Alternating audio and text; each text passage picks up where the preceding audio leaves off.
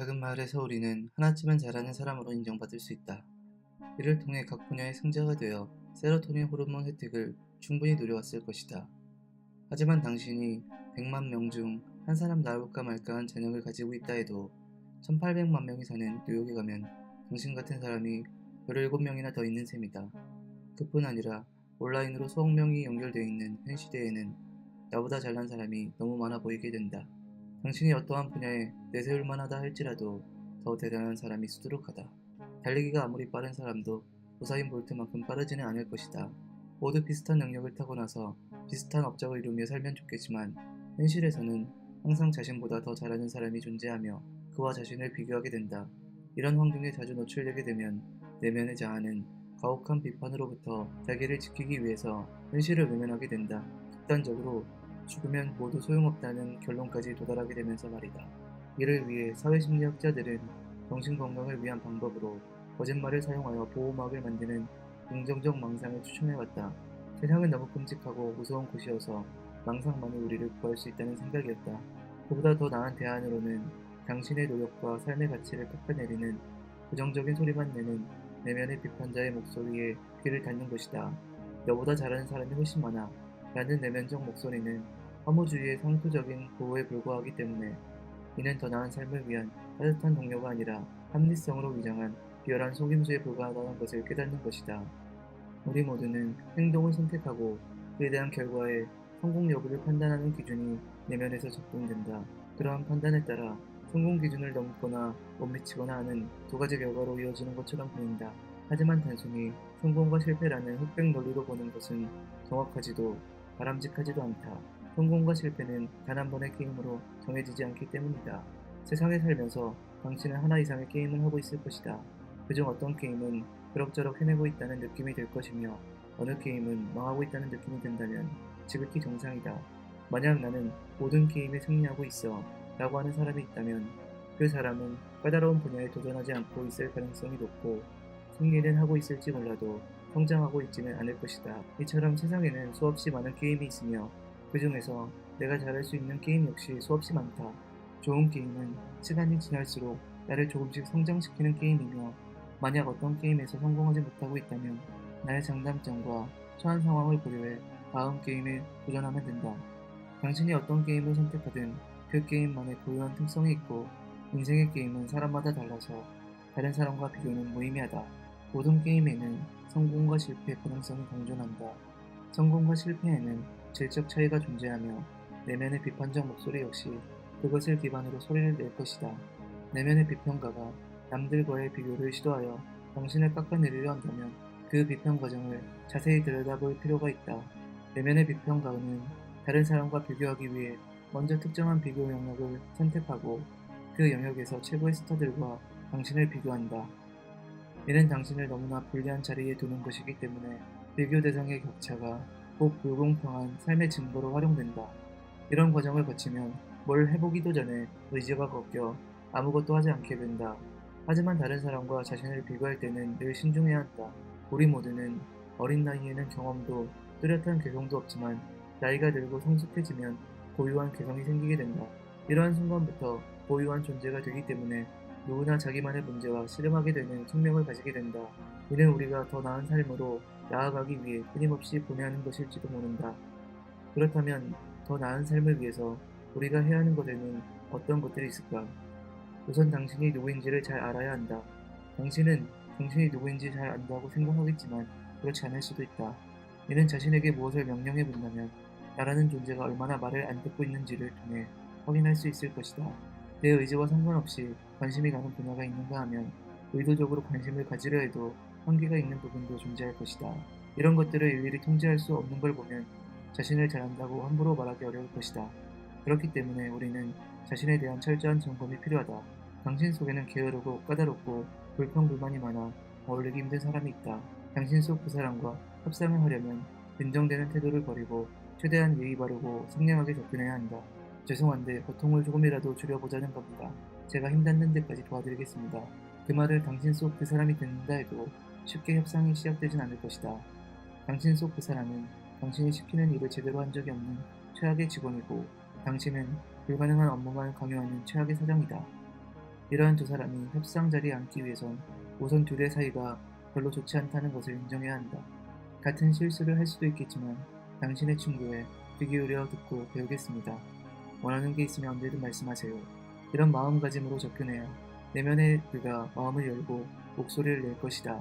그 소리를 들으며 내면의 문제를 정리하면 된다. 이렇게 내면의 문제가 정리되고 나면 목표를 세워야 한다. 인간은 수렵과 채집을 하던 시대에도 정해진 목표를 향해 돌이나 창을 던져왔고 목표가 있어야만 항해를 시작할 수 있었다. 이처럼 항상 A 지점이 있고 동시에 자신이 가려는 B 지점을 향해 인간은 움직여 왔다. 이때 A는 기준에 못 미치는 지점이고 B는 지금보다 더 나은 지점이다. 우리 모두는 현재 불충분한 상태를 채우기 위해 B라는 지점으로 도달하려 끊임없이 시도한다. 이것은 더 나은 상황이 온다는 전제가 있어야 하고 바라보고 갈 목표가 있어야 한다. 인간은 이렇게 더 좋은 미래를 상상해왔고 엉망인 현재 상태를 미래에는 바로잡을 수 있다고 보았다. 하지만 이런 생각은 끊임없이 현재 상태와 목표를 비교하며 불안을 키우게 된다. 목표가 너무 높아 이루지 못해 실망하거나 목표를 이루더라도 생각보다 못한 결과에 실망한다. 물론 다른 사람들 눈엔 잘 살고 있는 것처럼 보이더라도 충분치 못한 성공을 실패라 부르며 현재의 삶을 깎아내릴 것이다. 그렇기 때문에 작은 목표로 시작해야 한다.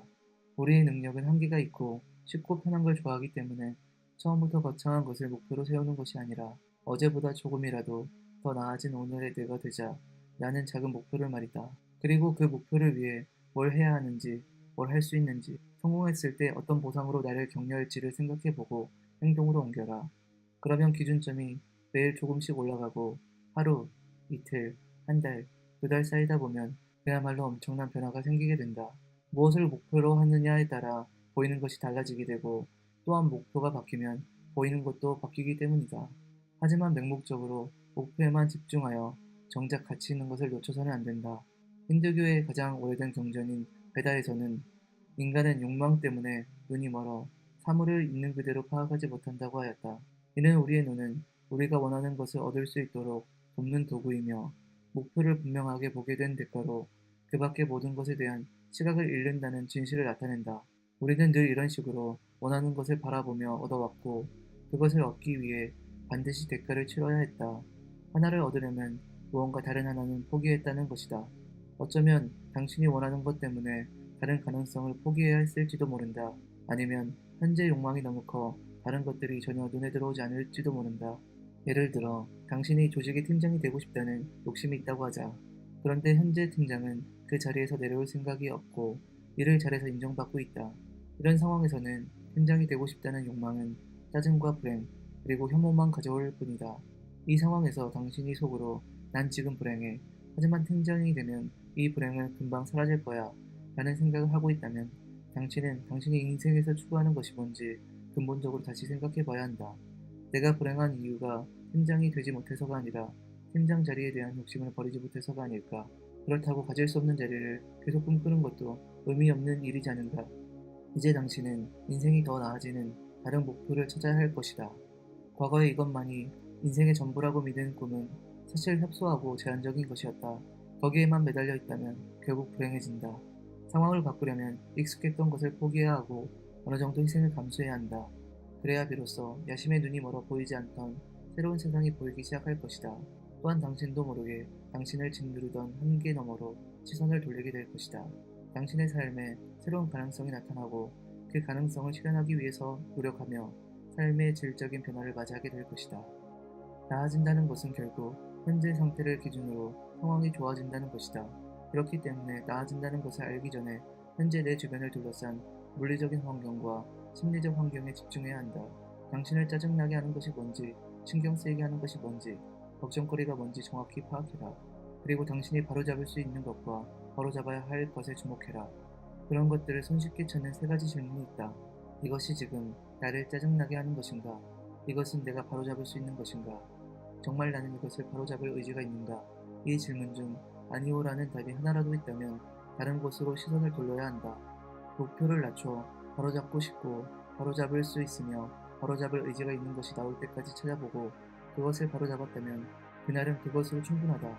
책상 위에 작동선이가 한 더미처럼 쌓여있고 계속해서 그것을 외면하고 있다면 그 속엔 당신을 두렵게 할 만한 납세 신고서와 청구서들이 있을지도 모른다. 그 두려움은 끔찍한 괴물을 만들어 손을 대면 물을 수도 있기 때문에 피해왔을지도 모른다. 그럼에도 당신이 그 상황을 바로잡을 용기를 낸다면 이렇게 생각해 볼 것이다. 저 더미에 내가 꼭 처리해야 하는 것이 있을까? 하루면 될까? 20분이면 될까? 아무리 봐도 20분에 처리될 일이 아니고 그 이상의 시간을 당장 내지 못한다 한다면 5분이라도 좋다.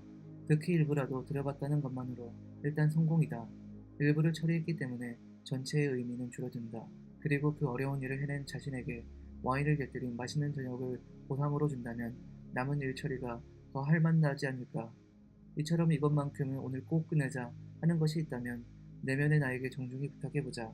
너무 욕심내지 않고 꼼수를 부리지 않는다면 흔쾌히 수락할 것이다. 그것을 한동안 그리고 오랫동안 유지한다는 것만으로 당신의 인생은 완전히 달라지게 될 것이다. 이때 더 나은 삶이 무엇인지 정해놓고 자신에게 강요하지 말자. 목표를 세우되 오늘에 집중해라. 그래야 현재를 온전히 살 수 있고 바로 눈앞에 놓인 그 일을 완전하게 그리고 올바르게 힘을 쏟을 수 있기에 다른 사람의 삶이 내 삶보다 더 낫지 않다는 것을 알기 때문에 이제는 누구도 시기하지 않는다. 목표를 낮추고 인내하는 법을 알기에 좌절하거나 실망하지도 않는다. 자신이 누구이고 진정으로 원하는 것이 무엇이며 무엇을 하고 싶어 하는지 깨달아간다. 그래서 자신 앞에 놓인 수많은 문제에 대한 본인만의 해법을 발견해간다. 자신이 해야 할 중요한 일이 많기에 남들 시선에 신경 쓰지 않고 남들 일에 간섭하지 않는다. 현재의 다른 사람과 비교하지 말고 어제의 당신과 비교하라.